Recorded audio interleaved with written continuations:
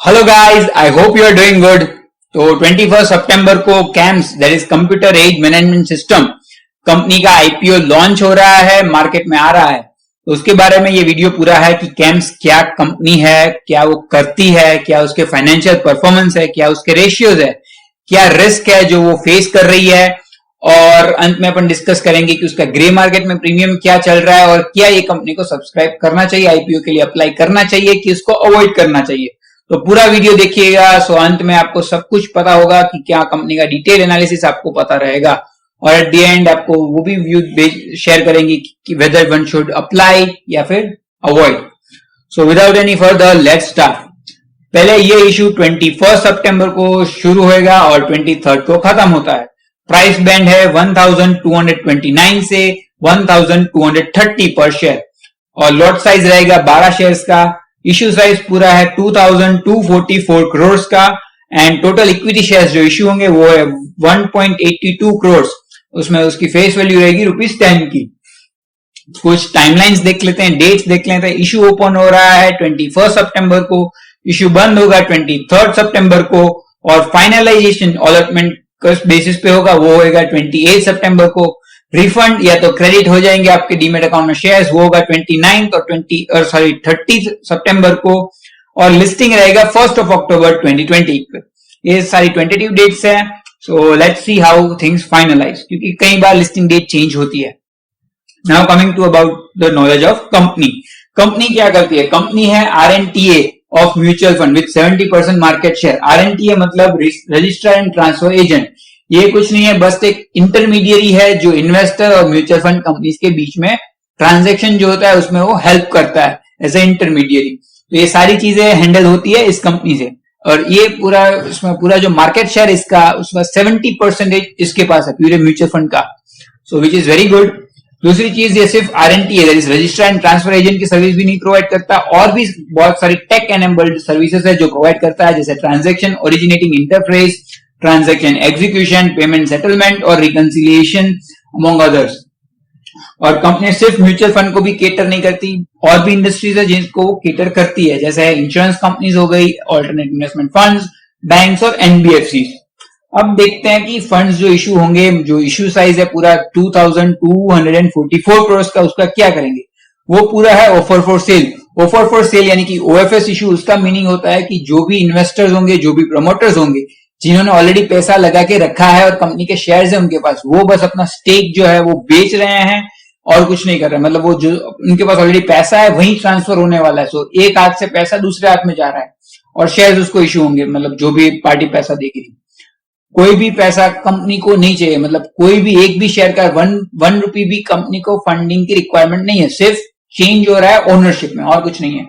और यहाँ पे एक चीज है जो आपके साथ शेयर करना चाहता हूँ कि ड्राफ्ट रेड हेरिंग प्रोस्पेक्टस जो कंपनी ने दिया था जनवरी 2020 में, उसमें उसने मेंशन किया था कि वो 1.21 करोड़, ठीक है, 1.21 करोड़ के इक्विटी शेयर इशू करने वाली है। बट रेड हेरिंग प्रोस्पेक्टस में वो फिगर बढ़ के हो गया 1.82 करोड़, जिसने थोड़ा कंसर्न रेज किया था, और ग्रे मार्केट प्रीमियम थोड़े स्लाइटली डिक्रीज हो चुके थे। बट जब डिटेल समझ में आई तो ये इशू था कि सेबी ने एक लेटर इशू किया था एनएसई को कि वो अपनी सारी पोजीशन एग्जिट कर ले। एनएसई ने ऑलरेडी कैम्स में इन्वेस्ट करके रखा है, and now they are getting out. वो पूरे के पूरी जो भी उसका इन्वेस्टमेंट है पूरा सेल आउट कर देंगे ऑफर ऑफ सेल में। इसके लिए 50% तक ये इशू हाइक हो चुका है। एंड वन मोर थिंग कि ये जो एनएसई एग्जिट कर रहा है, इसकी वजह से नेशनल स्टॉक एक्सचेंज में ये शेयर लिस्ट होगा नहीं, बल्कि सिर्फ और सिर्फ बॉम्बे स्टॉक एक्सचेंज में इसकी लिस्टिंग होगी। ठीक है, तो ये था फंड एंड यूज का। अब बात करते हैं फाइनेंशियल परफॉर्मेंस की कि कंपनी का परफॉर्मेंस कैसा रहा। अगर 2018 में देखें तो उसके रेवेन्यूज थे 641 करोड़ के, और 2020 में 699 करोड़ के। EBITDA था 240 करोड़ का, और 260 करोड़ का था 2020 में।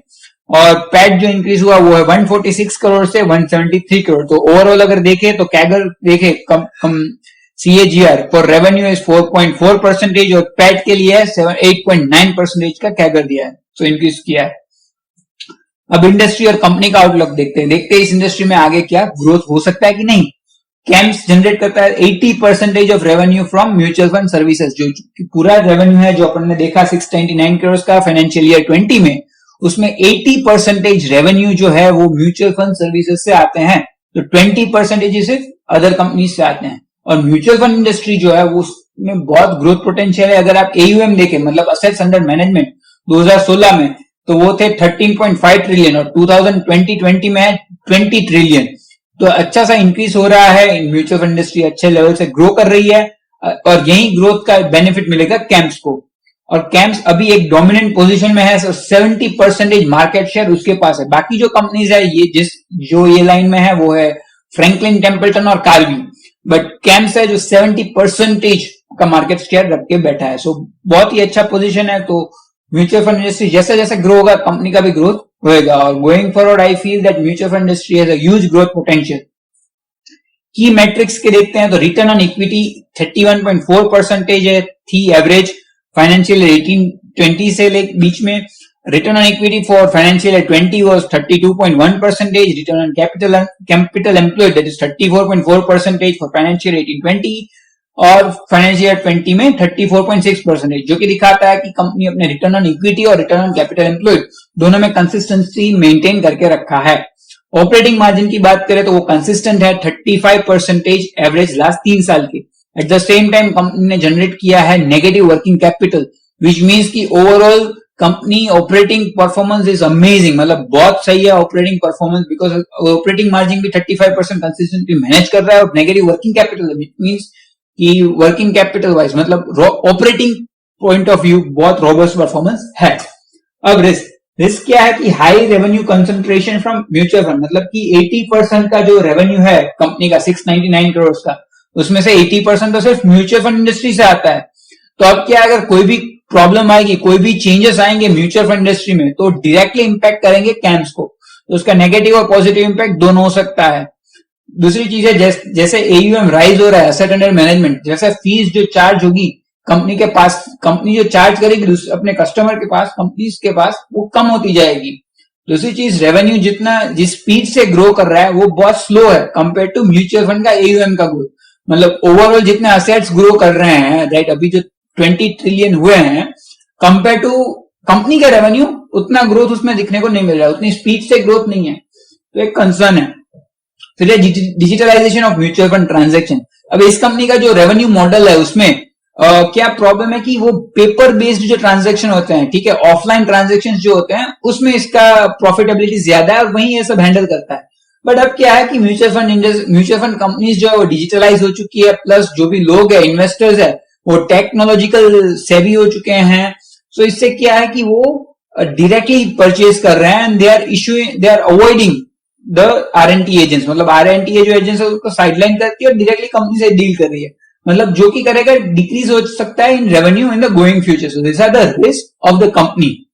Now coming to the conclusion, valuation perspective से देखें तो PE है 35 टाइम्स का, जो कि प्रीमियम डिमांड कर रहा है, बट प्रीमियम जस्टिफाइड भी है बिकॉज इसके फाइनेंशियल्स अच्छे हैं, मार्केट लीडर है, इंडस्ट्री का ग्रोथ पोटेंशियल है, और तो ये फर्स्ट कंपनी है जो इस सेगमेंट में है। तो चांसेस आर कि इसको अच्छा सा रिस्पॉन्स मिलेगा और बहुत सही रहेगा for long term and even in short term, मतलब लिस्टिंग गेन्स के लिए। और जो ग्रे मार्केट प्रीमियम अभी है कंपनी का वो है 325 रुपीज पर share as on Friday evening, मतलब शुक्रवार को जो शाम तक उसका प्राइस था 325 रुपीज पर शेयर, प्रीमियम बोल रहा है ग्रे मार्केट में।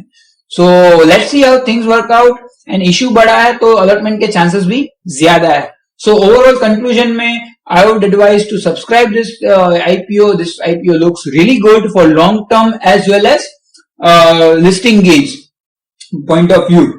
और I would just request and like to share a disclaimer कि just मैंने बोला subscribe this IPO, don't apply or avoid this just based on my own personal advice. I would request you to check out the red herring prospectus and read it through और समझो कि क्या discuss किया जाता है, क्या क्या policy, क्या क्या कंसर्न्स है कंपनी के, क्या क्या बेनिफिट्स है, मतलब एडवांटेजेस है, स्ट्रेंथ है, वीकनेसेस है, वो सब समझिए। उसके बाद कोई भी डिसीजन लेना, और अगर फिर भी समझ नहीं आ रहा then consult your financial advisor and financial consultant. Don't blindly follow me और anyone, do your own research and then do it. Okay, so without any I guess that's it for this video guys. Thank you so much, thanks for your time. अगर आपको ये video पसंद आता है तो please like कर दीजिए, अगर आपको कोई भी क्वेश्चन हो, सजेशन हो तो कमेंट में मेंशन कर दीजिए and share this video with your friends and just like this IPO subscribe my channel and hit the bell icon so that आपको फटाक से नोटिफिकेशन आ जाएगा जैसे मैं कोई भी वीडियो अपलोड करता हूं. Thank you guys, thanks for your time, bye.